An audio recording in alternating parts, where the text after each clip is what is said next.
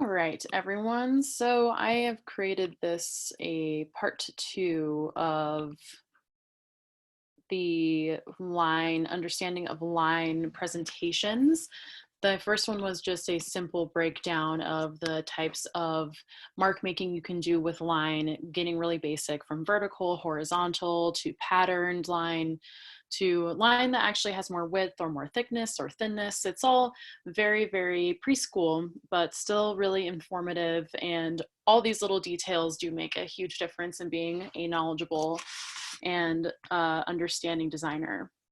So the part two of this presentation, or this understanding of the concept of how line really works, is about line and evocation and function. So evocation meaning what does the line evoke? What purpose does the line fulfill as far as how it makes you feel as a viewer and as an audience?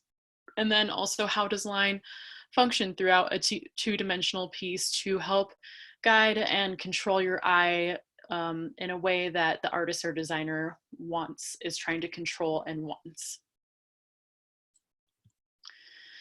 So first I have this example of the slow compound curved line. These are slow compound curved lines because of the greater amount of curvature. So these are from the first presentation. These are an example of curved lines. I also like to refer to these as S lines, this very feminine, figurative type of line that is very calming. This is a very slow curve, and that's because there's a nice simple roundness. There's no fast bent lines or anything like that. They're kind of wavy and S-shaped. So these are considered slow compound curved lines. Maybe this will make more sense when you see a fast compound curved line. These are fast. Why? What would make them look slower? So because I'm talking to myself or just to my computer and I don't have bodies in a classroom, I'll just try to elaborate the best that I can. These fast lines show us an extreme change in direction. This bend here and this bend here and the angles of which that it changes give us the sensation that it is fast and moving quickly, as opposed to this is definitely an S type of line, but it's not nearly as delicate and soft as the slow compound curved line example. So the bent compound curved line, it sort of reminds me of when a car is braking, that is a car doing donuts in a parking lot is braking, and the lines that would be created behind it sort of screeching around, and there is this sensation that the line is moving fast and our eyes move over the line more quickly than a slow compound curved line. This is an example of rhythmic lines. Rhythm presupposes that we have more than one of a thing, as in this pleasing arrangement of 6 curved lines. So these rhythmic lines, there's 6 of them, which helps us feel like there is a pattern, right? Because you can't have a rhythm without a pattern.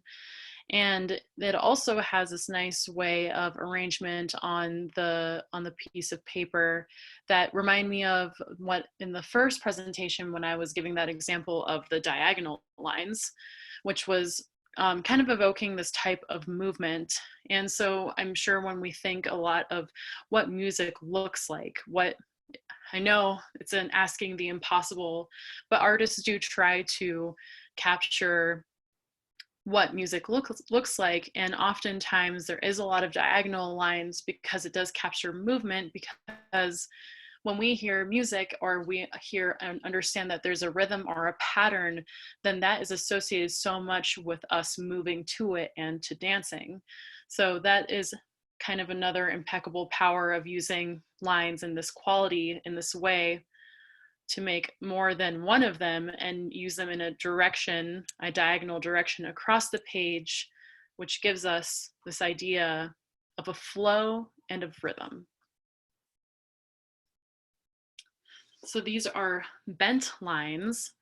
Obviously, they look a lot more bent over than the slow compound curved line or the fast one. The bent lines definitely remind me more of a body being bent over, and there's this really abrupt change in direction. They're a little bit taller and skinnier, but you can really feel that line sort of cracking in half, as opposed to an S line where you don't see that there is sort of a breakage point. So yes, they have a straight parts with a variety of angles. I'm seeing a lot of triangles. So line evocation and function. The 5 most common functions of lines in art are identification, 3-dimensional space, organization, movement, and texture. So we're going to look at a few different artists, and we're going to see how each of them kind of leans on. Some of them do more than one of these functions within their artwork, but I'm going to just focus on 5 different artists and how one focuses more on identification, next one 3-dimensional space, next one organization, movement, and texture. The identification function of a line refers to its most basic function of capturing the essence of a subject, meaning our brain is able to identify a few varying lines put together in a certain way as a human or an object. So, like I already gave you this blind contour assignment, and you were using the line as a function to identify a subject. And this is, of course, very common in these types of lines that are, it's not a full-fledged drawing with different tonal values and a whole bunch of textures. It is simply just these lines that sort of signify that there's a shape here, that signify that there is maybe some eyelashes here, to give me these hints of a beard. It's this line that's creating this really simple hairline, and it's simple, but it's helping me identify what I'm looking at.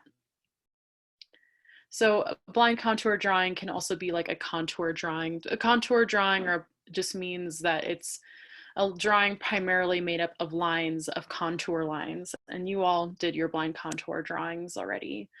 So we're going to take a moment and we're going to watch this little video with Allison Kunath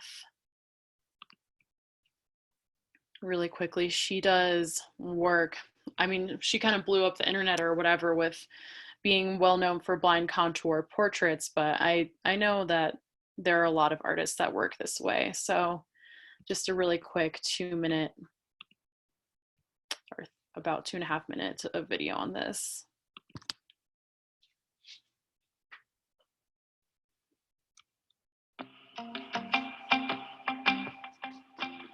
The thought of following somebody else's rules for the rest of my life terrifies me. But when it comes down to it, I seem to spend a whole lot of time worrying about the rules that I set for myself.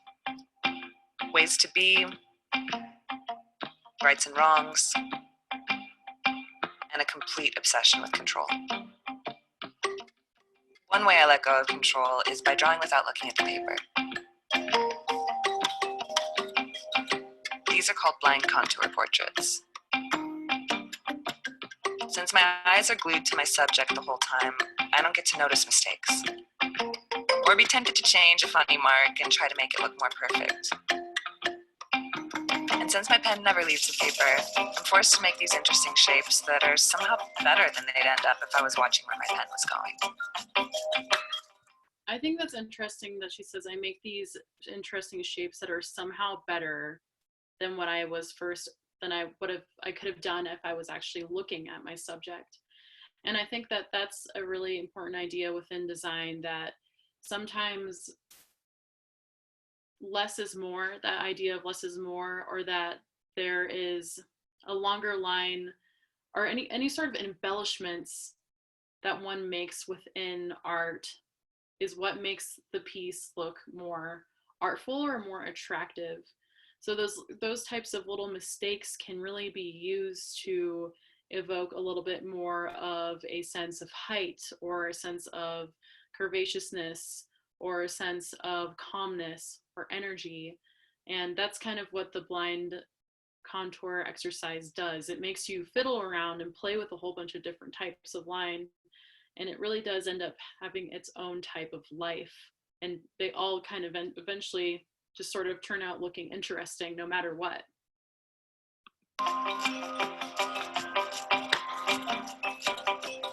There's something so special about taking time to really appreciate all the little details of a person's face.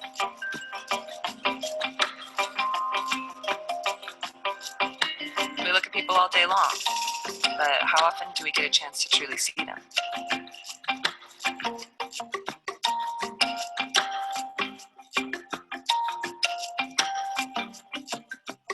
The best feeling is when we both look down at the paper when it's finished and we're surprised by what we see. These drawings aim to find something unique about each person, but while they bring out individual quirks, they're really just a reminder of how much we're all the same.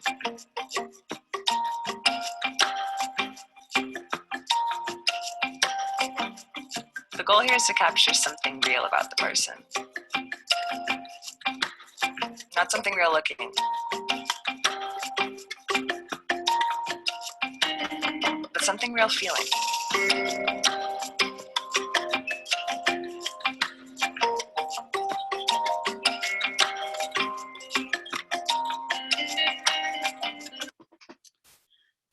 Yeah, so she's doing a bunch of blind contour drawings and we're enjoying them. So the next type of three-dimensional of line function is the three-dimensional function. This type of line is to provide a sense of space. Variation of a line in tonality, width, weight, focus, and intensity is what allows for the effect to occur. For example, if an object is far, the tone of the line will be lighter and thinner than for the object that is close, darker and thicker. So as we talked about in the last presentation, there was using the weight of your hand to make the darker lines, those thicker lines, they actually come forward while the thinner lines with the less pressure from your hand go back. So this is a really good example of by Emory Douglas, who was I really like their artists and started looking at them even more during the recent Black Lives Matter movement, but he was definitely politically involved with the Black Panther Party and did a lot of these political posters. And they were all really fairly simple in design, which really works well to speak to the masses more, right? More any sort of art that is a little bit darker or stranger is going to be more commonly meant for not so many people. But with Emory Douglas's drawings that were very, very simple, but very powerful with the subject matter, and also very powerful application of using design and space and line, he became very well known and a huge a pertinent point in our artists in this movement. And so here is a poster that was made by Douglas with an obvious use of thicker line, which is definitely feeling more forward as opposed to this diagonal wavy line that is going back, is way more thin in weight. And oops. And then also this type of thinner line gives us this sensation of it's going over this arm. And also there's some line work within even this gray area here, which also just feels a little bit like it's going behind the thicker line. And so using the thick line, it's going forward, and all the thinner lines are being used as a background or to fade backwards. So the form becomes really interesting on the close, while this thin line, as it seems like it's farther away from us, is used more as a type of way to make this area or the skin look sort of flat compared to all the other textures of line and boldnesses and thicknesses of line in this image. So that is the understanding of line as it pertains to three-dimensional function. So the organization function of a line refers to the basic underdrawing or sketch for artwork and painting and drawing, as well as separating or grouping elements on a page in design. It's often the stage when one defines the composition of art, where the foreground, middle ground, and background lies, as well as the objects within it.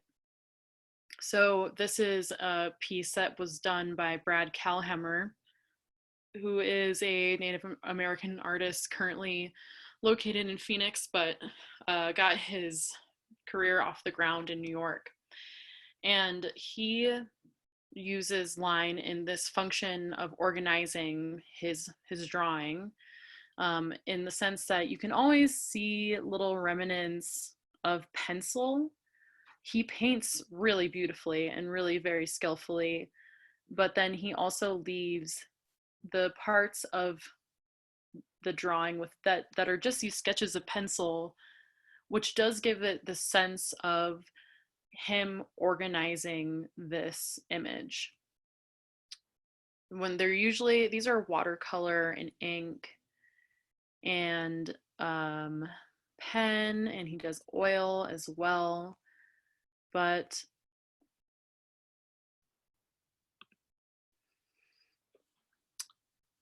he definitely uses pencil first. He uses the organizational quality of pencil to trace out a bunch of different figures.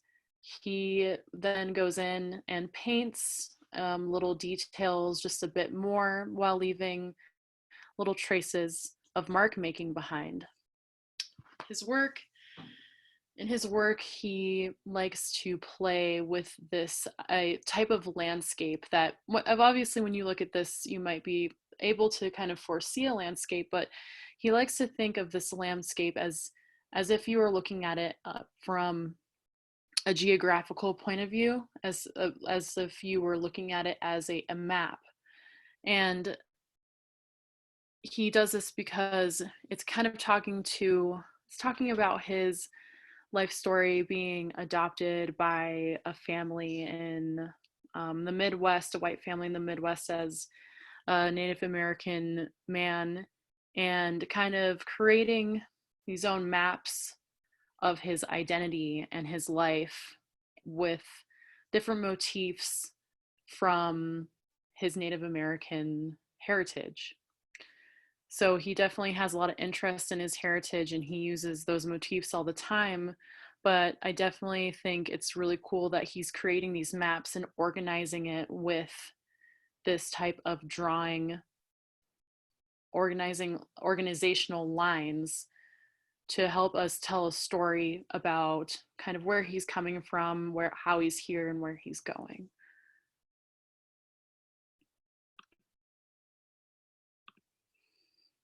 So the next artist is, we're gonna be looking at Bridget Riley. So Bridget Riley is really good at the movement function of a line, which refers to guiding the viewer's eyes in the desired direction, as well as showing the movement of a subject. It's often done through varying lines with direction or using implied lines. So implied lines, as we talked before, refer to direction. It's like an implication that you're supposed to look in a certain way. And this is, okay, this modern artist, Bridget Riley, was a part of the art movement, which is short for the optical art movement. And it's because there were a few artists during this time that were using line to create these optical illusions. So sorry if any of you are looking at this and getting immediately kind of seasick, but this work it's moving our eyes sort of out of our own very control, which is why I think this kind of art is so impressive, because people are really good at implying what direction my eye should go in by the use of line and just creating them with, even in this one, it's just all opposing diagonals and it looks absolutely nuts. And this one's another really fun example of using line to create a direction. It's really cool, this illusion of being sucked into a spiral circle just by using lines and the change of the width and being very controlled and very based on pattern and implication of movement.